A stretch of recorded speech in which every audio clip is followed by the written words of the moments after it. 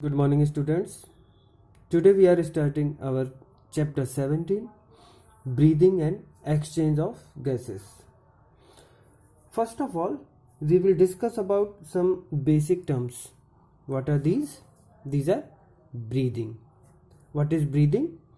Breathing is the process of exchange of O2 from the atmosphere with CO2 produced by the cell. And inspiration, oxygen from fresh air taken by lungs and diffused into the blood is called inspiration. And like this, if this is or it is an organism, when it take O2 from the atmosphere, it is called inspiration. And what about expiration? CO2 given by venous blood in the lungs is sent out to exterior. It means when organism take out or gives out CO2 to the environment is called expiration. Now what about respiration? The sum total of physical and chemical process by which oxygen and carbohydrates etc. are assimilated into the system and the oxidation products like carbon dioxide and water are given off. Okay. Diaphragm, a muscular membranous partition separating the thoracic cavity from the abdominal cavity. Okay, if this is thoracic cavity and this is abdominal cavity and this is diaphragm. Okay, lungs presents in the upper part of diaphragm. Okay, and your stomach presents in the lower part of your diaphragm. Okay, now what is hypoxia? Storage of shortage of oxygen in tissue is called hypoxia. Now partial pressure. What about partial pressure? Partial pressure means the pressure contributed by an individual gas in a mixture of gas. It is represented as PO2 and PCO2.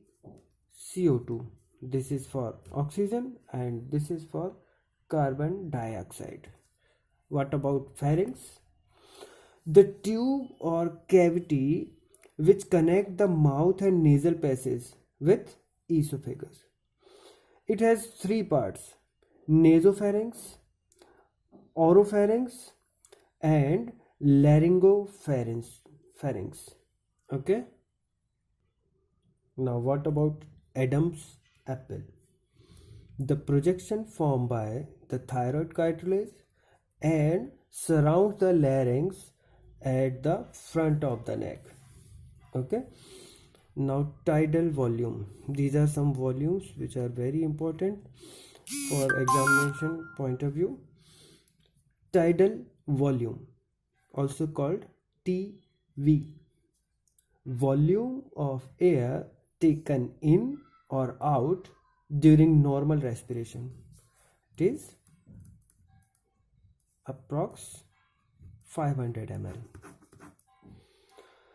And inspiratory reserve volume, that is IRV, additional volume of air inspired by a forcibly inspiration, that is 2500 ml to 3000 ml. Now expiratory reserve volume, that is ERV, that is additional volume of air a person can expire by a forcibly expiration. Okay. Now residual volume, also called RV, volume of air remaining in the lungs even after a forcible expiration, that is 1100 ml to 1200 ml. Now there are some pulmonary capacities. Pulmonary capacities. What are these?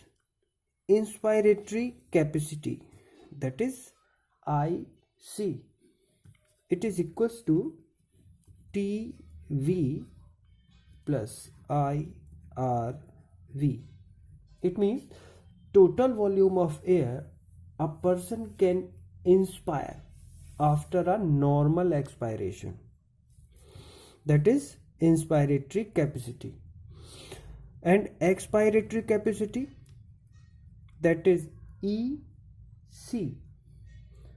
Total volume of air a person can expire after a normal inspiration, that is EC equals to TV plus ERV.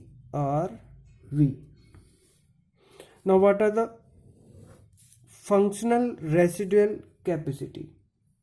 Volume of air that will remain in lungs after a normal expiration. Again, volume of air that will remain in lungs after a normal expiration, that is equals to FRC. FRC equals to ERV plus RV. Okay, this is functional residual capacity. And next one is vital capacity. What is vital capacity? We can say VC. Vital capacity, the maximum volume of air a person can breathe out after a forced inspiration. Again, the maximum volume of air a person can breathe out after a forced inspiration, that is equals to VC equals to ERV plus TV plus IRV. Okay. Now total lung capacity. What is total lung capacity? It includes RV, ERV, TV and IRV. Or vital capacity, you can say vital capacity VC plus residual volume.